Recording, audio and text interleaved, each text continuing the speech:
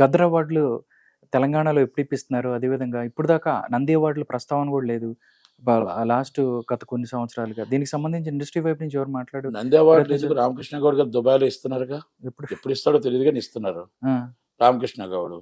ఆంధ్రలో వాళ్ళు ఎవరు అదే సార్. కానీ ఆయన వాళ్ళ అవార్డులు వేరు ఇస్తున్నారు.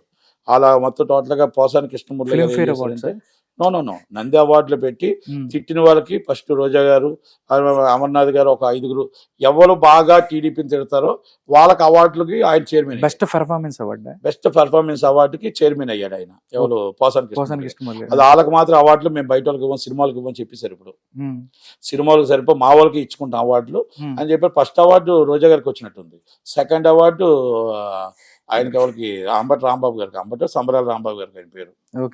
ఆయనకు వచ్చిన థర్డ్ అవార్డు అమర్నాథ్ గారికి వచ్చింది. అది కనుక ఆ అవార్డ్స్ అంటే ఇది గద్దర్ గారి అవార్డులు. గద్దర్ గారి అవార్డు ఎప్పుడు ఇస్తారు? ఒకవేళ మీకు నచ్చిన గవర్నమెంట్, మీ మాట వినే గవర్నమెంట్ వస్తే? మా మాట వినే గవర్నమెంట్ రావండి. అంటే ఈ గవర్నమెంట్ కూడా మీ మాటని గౌరవంగా తీసుకునే గవర్నమెంట్ ఏదైనా వస్తే? మా మాటని గౌరవంగా తీసుకునే గవర్నమెంట్ వస్తే పేదవాడిని గౌరవించినట్టే. మా చిన్న సినిమా నిర్మాతను గౌరవిస్తే పేదవాడిని గౌరవించినట్టే. పేదవాళ్ళని ఎప్పుడు గౌరవించట్లేదో, మా చిన్న వాళ్ళని ఎప్పుడైతే గౌరవించట్లేదో పేదవాళ్ళని కూడా గౌరవించకుండా ఇస్ కార్పొరేట్ కంపెనీ వత్తాసు పలుకుతున్న గవర్నమెంట్లో వస్తున్నాయి. ఇంక్లూడింగ్ ఇస్ రేవంత్ రెడ్డి గారు.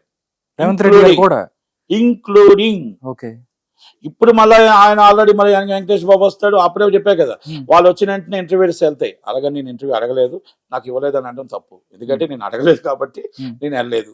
ఓకే, కానీ నేను అడుగుతుంది ఏంటంటే, మీరు 450 రూపాయలకు మల్టీప్లెక్స్ సినిమా చూపిస్తారా? 150 రూపాయలకు మల్టీప్లెక్స్ సినిమా చూపిస్తే పేదవాడు సినిమా చూస్తాడా? ఇది ఏది బాగుంటుంది? మీ మనసులో ఏది బాగుంటుంది? మీరు రైతు కోసం మాట్లాడుతున్నారు, అందరి కోసం మాట్లాడుతున్నారు, పేదవాడి కోసం మాట్లాడుతున్నారు. మీరు సామాన్యుడు మల్టీప్లెక్స్లో 150 రూపాయల టికెట్ చూడాలని చూస్తారా? మీరు 450 రూపాయల టికెట్ చూడాలని చూస్తారా? మీరు 100 రూపాయల టికెట్ చూడాలని చూస్తారా? మీరు 500 రూపాయల టికెట్ చూడాలని చూస్తారా?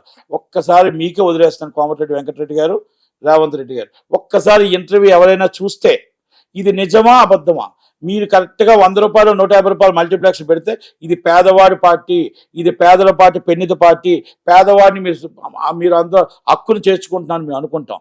ఇదే రేట్లు మీరు పెడితే ఇది కార్పొరేట్ కంపెనీకి వత్తాసు పలుకుతూ పేదవాడిని ఇంకా దూరం చేస్తున్న పార్టీ అని మేము అనుకుంటాం. Okay, thank you so much నటి కుమార్.